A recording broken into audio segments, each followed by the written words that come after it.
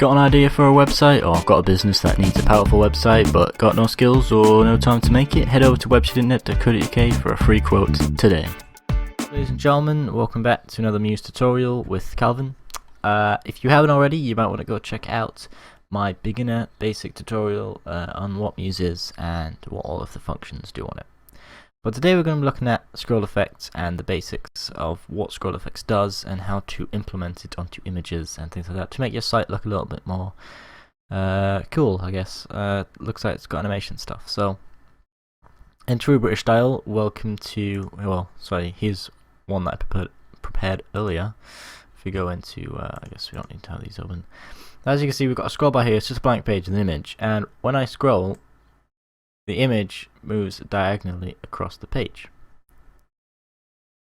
Now I can change that, so instead moving diagonally, it just moves up. Let's just do that. But then it just looks like it's scrolling. So what we're basically trying to do is we're just taking an image and we're changing how many pixels it's going to move around when the scroll happens. You see it moves up a lot faster than the scroll. So it's pretty straightforward and there's quite a lot you can do with it. So scroll effects doesn't just mean moving, it could mean changing the opacity of it, so fading it in, fading it out, having a slideshow so you actually could change image. It could go through multiple different images as they're scrolling. Or you could do edge animate, but I haven't really messed around with that quite yet. So let's just talk about the two basic ones, sorry, opacity and motion, because the slideshow and edge are pretty straightforward once you know what the motion is doing, and the opacity kind of just follows on. So here's an image I've got, just an image of a MacBook. Well, it's not obviously a MacBook, but it's a remade MacBook. It's kind of supposed to look like a MacBook, but not. Whatever, you know, just a Mac screen, whatever you want to call it. Basically, what we're going to do is we've got this big line here. Whenever you enable motion, you get this big line. It could be small and it could be big, and you can change where it goes on the screen. To get scroll effects open, you want to basically just click on your image, go to the left side here, right side, sorry, and click on scroll effects. That's going to bring up your scroll effects, and obviously you can have different awesome stuffs. And it kind of looks a little bit confusing because you've got initial motion, final motion, and what this is doing. What the hell is this thing? So the first thing you want to set whenever you're going to do an animation or a movement, you want to set the keyframe. The key position. Sorry, the key position, quite simply, is wherever the top of the browser is. So if we go back onto my browser, just underneath, just this line here, as you can see, this little grey line, that is the top of the browser. So whenever the top of the browser, whenever the keyframe, whenever the top of the browser hits that key position, this picture will start doing something. So I've got it set to 0, so straight away, as soon as I start scrolling, this image is going to do something. And I've got it to set to move 3 pixels up as we move 1 pixel down. So for this demonstration, yeah, so basically what we're going to do for this to make it a little bit easier is I'm going to make a box.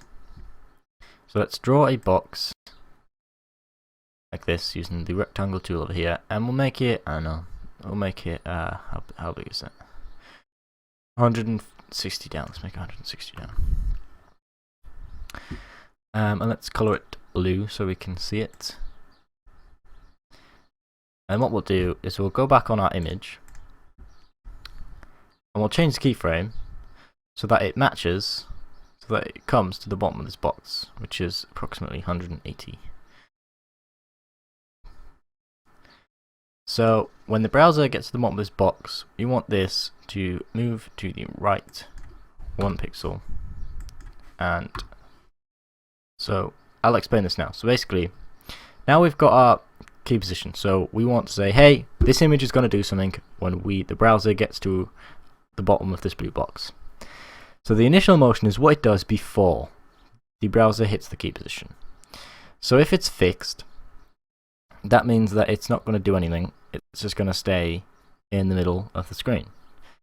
It's just basically going to follow you as you scroll down. It's not going to move. It's not going to move up and down. It's just going to be fixed in that position all the time. So it's just basically going to be in the center right there as you scroll down all the time. If we were to put it one up, that means it's going to basically move up as you scroll down, as if a normal web page does. When you scroll down, the images and stuff move up the screen. So we'll just leave it both at 0. So we want it to be fixed. We don't want it to move.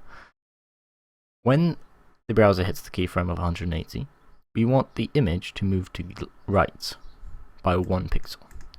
So it's going to move 1 pixel each time as we're scrolling down 1 pixel. Now, we could obviously change this. We could put this to 1 pixel as well, so that means it's going to move diagonal to the right, or diagonal, whatever. But we're just going to move it to the right to basically make it simple. So to backtrack, basically, browser gets to the bottom of this blue line. This is going to move to the right.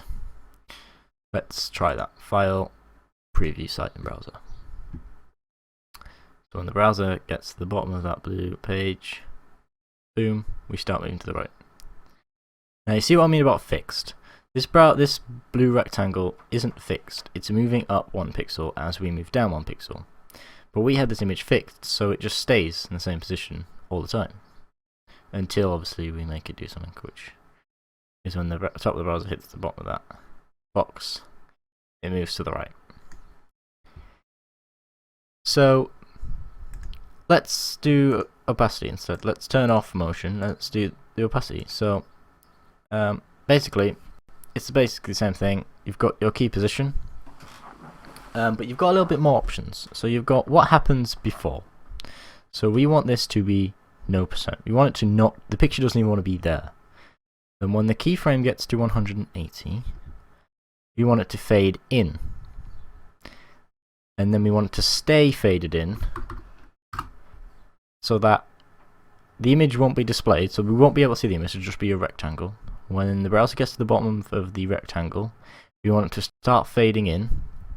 And when it gets to this position, it's going to be fully faded and it's going to stay there. So let's see what that does. Now, because we've turned off motion, that means that it's not going to be fixed. It's going to be moving up 1 pixel. So we need to turn back on motion and make sure that all of these numbers are set to 0. So that it's fixed. So let's file, preview site in browser. As you can see, our image isn't there. When we scroll down though and get to the bottom of the rectangle, our image starts to fade in. So that when we hit the bottom of the rectangle, it's fully faded in and it's right there. So that is basically that's just the basics of scroll effects, and it's really all about, once again, using your creativity and messing around and getting a feel for what they do. There's a lot of stuff you can do with these motion effects and scroll effects and slide effects, and it's basically all about you just trying to learn them and use your creativity. There's only so much I can show you before you need to go and experiment. So yeah, guys, I hope this was helpful. I hope it was, it helped you understand a little bit more and, made all of these buttons and things make sense. If it did, if you've made a website, don't tweet me. My Twitter is in the description. Tweet me the website. I'll have a look at it, and yeah, I think that'll be really cool to see what you guys come up with. Don't forget, if you want to donate or become a patron, links in the description, and also don't forget that the full playlist link of all my Muse videos will be in the description as well. And I'll see you guys in a bit. Don't forget to comment, dislike it if this didn't help you, like it if it did. It really helps me know what helped you, what tutorial I didn't really explain very well, what I did. So yeah, I'll see you guys next episode, and I think we're going to do some cool background scrolling. But yeah, see you guys next time. Have a nice day.